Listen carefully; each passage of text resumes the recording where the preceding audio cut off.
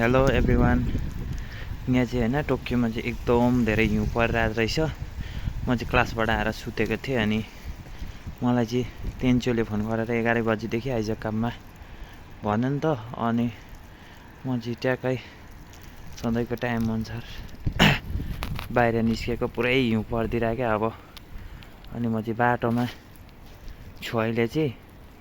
अनि यस्तो परि झरिरहेछ कि अहिले पनि पुरै यो बिल्लै झर्दै भइरहेछ। हिजै पनि पऱ्यो, हिजोदेखि परेको पर्नु त, तर रोकिरहेको थियो नि त। अनि म चाहिँ यस्तो भएर हिँडिरहेको छु, नाक रातो रातो बनाएर होइन। पुरा साइकलहरू चिप्लिँदो रहेछ। अनि यो मलाई चाहिँ डर पनि लागिरहेछ होइन। यस्तोमा लड्यो भने त पुरा गाह्रो हुन्छ नि त। अनि यस्तो बबाल हिउँ परिदिरहेछ, यस्तो परिदिरहेछ कि यहाँ पनि पुरै परिदिरहेछ क्या हिउँ। अनि म चाहिँ यहाँ हिउँमै जाँदैछु, नाक पनि रातो भइरहेको छ होइन। अनि मलाई चाहिँ अहिले होइन आउँदै जाँदा अलिकति बाटोमा घट्छ कि जस्तो लागेको थियो हिउँ पर्नु, तर झन् बढेको भइदियो होइन। अब आधी बाटो आइसकेको, फर्किनु पनि अब कता फर्किनु। यो साइकलमा चाहिँ साह्रै चिप्लिँदो रहेछ कि हिउँ परेको बेला कुदाउँदाखेरि। अनि म चाहिँ 2-3 चोटि चाहिँ चिप्लिसकेँ नि त, लडिसकेँ। मेरो चाहिँ टोपीमा पनि पुरै हिउँ छ होइन। अब पुरै हिउँ छ क्या, पुरै हिउँ परिरहेको छ। तर पनि म चाहिँ गइरहेको छु। अब काममा नगई पनि हुँदैन होइन। अनि कस्तो चिप्लिँदो रहेछ क्या, प्लाट चिप्लिँदो रहेछ। अब सायद यस्तै परिरह्यो भने भोलि जाने झ्याप्पै हुन्छ होइन। पुरै लड्नु थालिसक्यो नि त, कस्तो चिसो भइरहेछ होइन। अब केही यो जापानको थाहा नै हुन्न कि म्यापतिर हेरेको मैले, पुरै परिदिरहेको छ।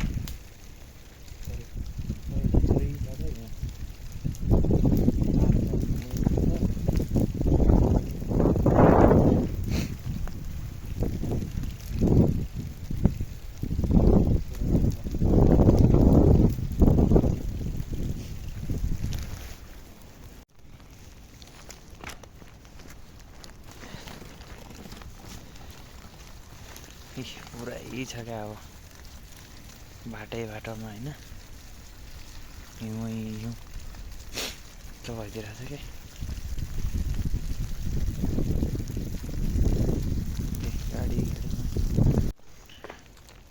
म चाहिँ अब काममा पुग्नु आँटेँ नि त। अनि यो गाडीहरूभरि हिउँ छ, बाटो सुनसान होइन। अनि कस्तो क्या अब पुरै ब्याट झर्दो रहेछ नि त। अब पोहोर पनि हुनु त अब हिउँ परेको थियो हामी यता हुँदा, म जापान आइकन। तर पनि योपालि चाहिँ मैले यसरी हिउँमै हिँडेर चाहिँ भिडियो बनाएको चाहिँ सायद फर्स्ट टाइम हो होइन। मान्छेको सबै छैन, पुरै अघिसम्म बाटो पुरै देखिरहेको थियो, अहिले पुरै थुप्रिन थालिसक्यो हिउँ। अब अर्काको ठाउँमा चाहिँ होइन, जति नै जे होस् हिउँपात बर्खा होइन, पानी जे परे पनि काममा चाहिँ आउनुपर्छ होइन। अब फेरि स्टुडेन्टको आरुबाई त्यो पार्ट टाइम जब भनेको कस्तो हुन्छ भने यति बेला उनीहरूको रेगुलरहरू आउँदैन कि। रेगुलरहरू यस्तै हिउँ परेको, पानी परेको, बिरामी भएको बाना बनाएर बसिदिन्छ नि त छुट्टी। अनि हामीलाई चाहिँ यो आरुबाइतोहरू, यो पार्ट टाइम जबहरूको चाहिँ इमर्जेन्सी परेको बेला होइन प्रायः जस्तो राखिदिरहेको हुन्छ कामहरू।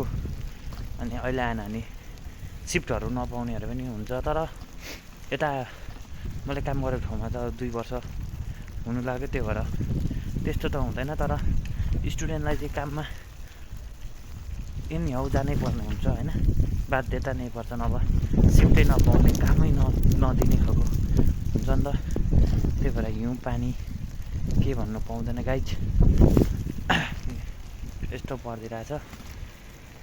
मेरो चाहिँ हात चाहिँ होइन ग्लोभ्स लगाइरहेको छु, ग्लोभ्स लाएरै मैले साइकल कुदाइरहेको छु, तर पनि मेरो हात शरीर खुट्टाले जुत्ता लगाइरहेको छु, तर पनि केही थाहा पाइरहेको छैन, केही नै थाहा पाएको छैन हो। अनि अब गएर लुगा चेन्ज गरेर चाहिँ काममा छिर्नु पर्ला, कफी सफी खाएर, नभए भने हेल्थलाई पनि विचार गर्नुपर्ने हुन्छ। सो म चाहिँ आइपुगेँ, अब यहाँ साइकल राख्छु अनि काममा छिर्छु म होइन। बिहानसम्म पऱ्यो भने बिहान पनि भिडियो बनाउँछु। So everyone subscribe my channel होइन, लाइक कमेन्ट गरिदिनु होला।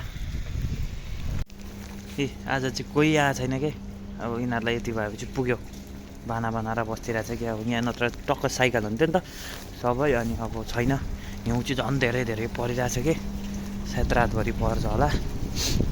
अब काममा छिर्दैछु होइन। यस्तो परिरहेछ होइन, पुरै धुवा जस्तरी परिरहेछ कि यहाँनिर, यस्तरी परिरहेछ होइन हिउँ चाहिँ। पुरै यत्रो बसिसक्यो कि,